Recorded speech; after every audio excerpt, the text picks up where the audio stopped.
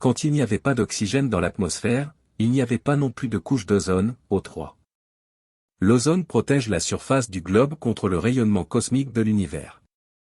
Ce rayonnement fut l'énergie même qui permit aux différentes substances chimiques, présentes sur la Terre, de s'unir, pour former des macromolécules plus complexes.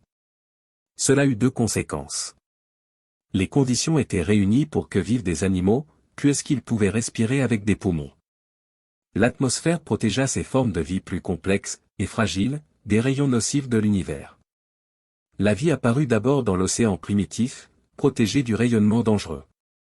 Puis certaines créatures rampèrent hors de l'eau.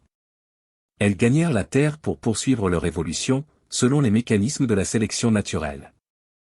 Mettez sur pause pour examiner cette diapositive.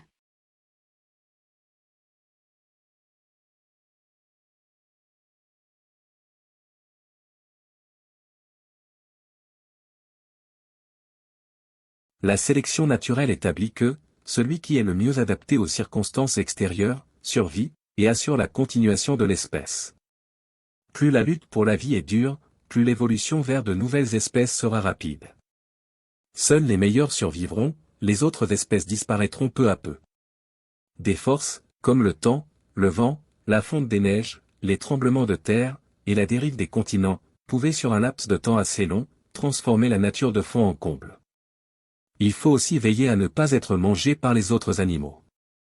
Il peut se révéler avantageux d'avoir une couleur de camouflage qui vous protège, de pouvoir courir vite, de percevoir les animaux ennemis, être armé d'un poison qui tue les prédateurs, ou encore, pourquoi pas, d'avoir mauvais goût.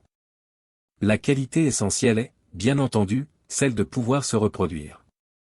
Les plantes déploient leurs couleurs chatoyantes, et répandent dans l'air leur doux parfum, afin d'attirer les insectes nécessaires pour transporter le pollen, et féconder une autre plante. Les magnifiques chants des oiseaux ont la même fonction. La capacité de résistance aux maladies est importante aussi. Mais ce qui est un avantage dans un milieu, peut se révéler être un inconvénient dans un autre milieu.